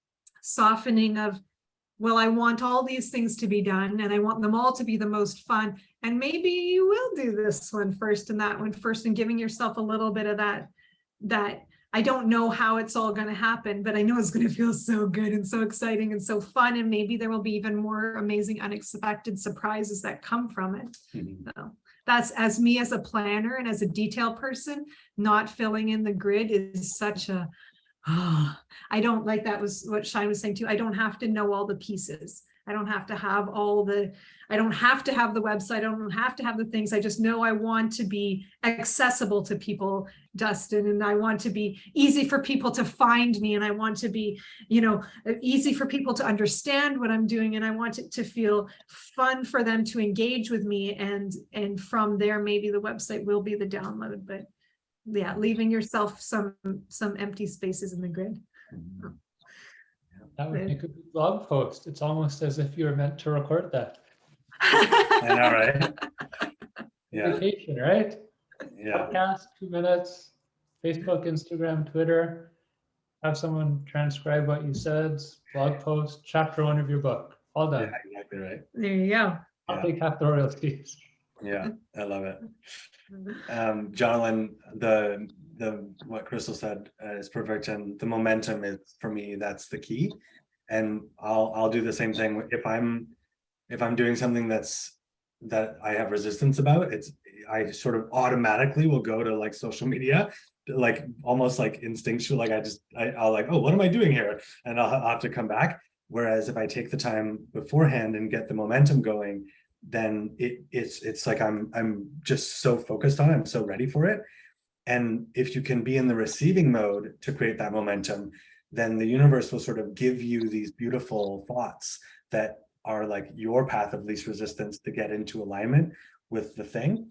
And there's another practice from John DeMartini where you have a list of your highest values, and so like what you most value in your life, and then you have these tasks, and the idea is to match the tasks with the values.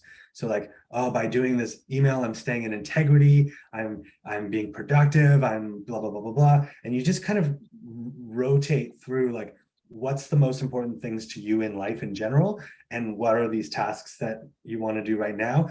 And if you're not feeling like the most inspired or the most focused right now, you can spend a tiny bit of time just lining up, like reminding yourself that by doing these, you're actually fulfilling on the most important things in your life in these ways. And it just kind of builds the energy. So you're like, okay, stop, I have to do these things, I'm so excited about it. And also being okay just not doing them sometimes, and doing them later or whatever. Yeah, no, that makes sense. And perhaps maybe saying Instagram and Reels was a bad example for me, because I'm actually not a social media person. I actually have a very hard time getting on Instagram. I barely ever get on Facebook. Like, I don't engage enough. Like if they didn't even exist, my life would be so much better. So for me, I cannot stand social media. So it's not like getting pulled off on that way. So Sure. For me, it's like I have 3 days where I'm at my paycheck job. So I have these other days around it where I'm just trying to make sure I am trying to be as efficient as possible with my flow. So, but I do like how you said, thinking about some of those tasks is for the greater good, and to try to just be like, okay, these ones I have to get done, but I just really want to get a little more succinct and like I love the focus on the iPhone now, right? So I can put the focus on and then things don't come in. Like I don't even have notifications for Facebook or anything come on.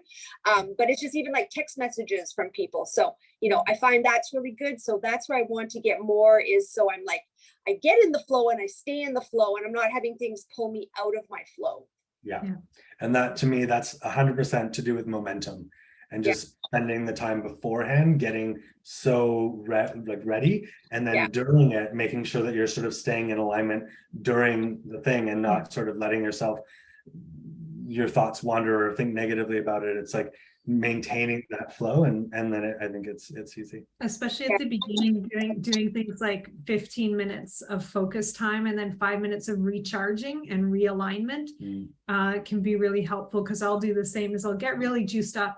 I'll get into one task and then my energy kind of starts and then I'm just back in that like gotta work, gotta push, and taking that little like, okay, you know, or every half hour or whatever, kind of doing a little realignment, recalibration. And even though it might feel like, okay, I've only got this limited time and I need to kind of stay chop, but kind of just giving yourself that space of like, oh yeah, but if I take these 5 minutes in between each task to realign again, it's going to be so much, the outcomes can be so much better all around.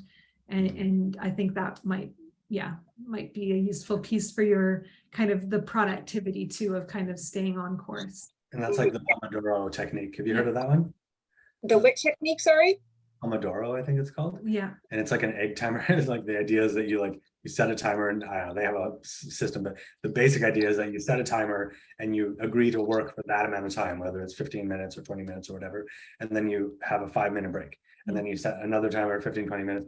And then after you do like a cycle of that, of however, you've heard of it. So figuring out whatever one that is for you, so that it's like, oh, I only have to work for these 20 minutes and I can't get distracted. So, okay, let's go. And then that can it can even sometimes create momentum by just deciding to do the thing and staying focused on it, even if you didn't pre-pave, but just knowing that you're not allowed to do other things during that 10 minutes or whatever, just sort of focuses the mind. It's like, okay, no, I can't think about that. I can't go check this other thing. I have to stay focused on this thing. And that's a form of meditation, just being single-minded and focusing on one thing.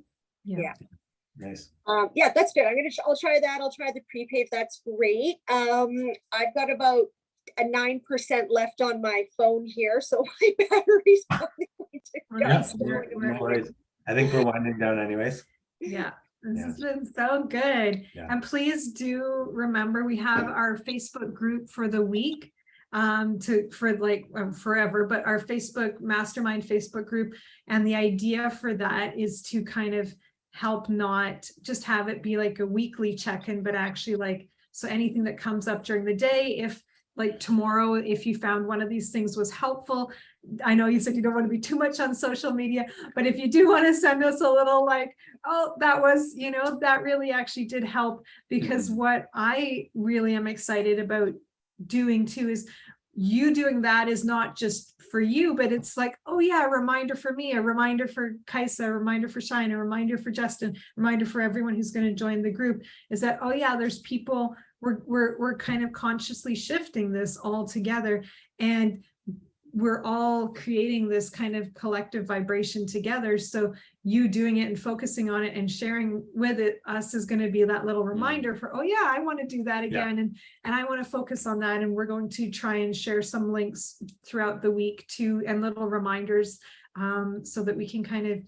I feel like just, even if you do nothing, but you get that little like thought of it again, reoccurrence throughout the week, just that will move it forward in your brain, just not having it kind of be something you hear once and then it goes away forever. And yeah, I think that's going to be super fun, just to kind of get to keep getting these mindfulness reminders throughout the week, and see what comes next week. Yeah. And Justin and Jonathan, I don't think you're in the Facebook group yet. We'll add you in. Yeah. It'll be like a group, not a group chat, but an actual group. And you can turn notifications off, Jonathan, and then you don't see other things if you don't want them to come up, and then you won't get distracted. don't ever have them on actually. Like Facebook's never ever on for me. I go on like every 8 days. So I'm gonna have to make a point of actually to go on it to see this stuff. Nice. Eventually we'll host it on Unite. We just Yes. haven't built the feature yet. Yeah, the groups will be coming. Yeah. Mm. And if anything comes up during the week, we totally want to hear about it, and we can do a little jam on it as well. So Yeah, you can always send us a private message as well if it's something.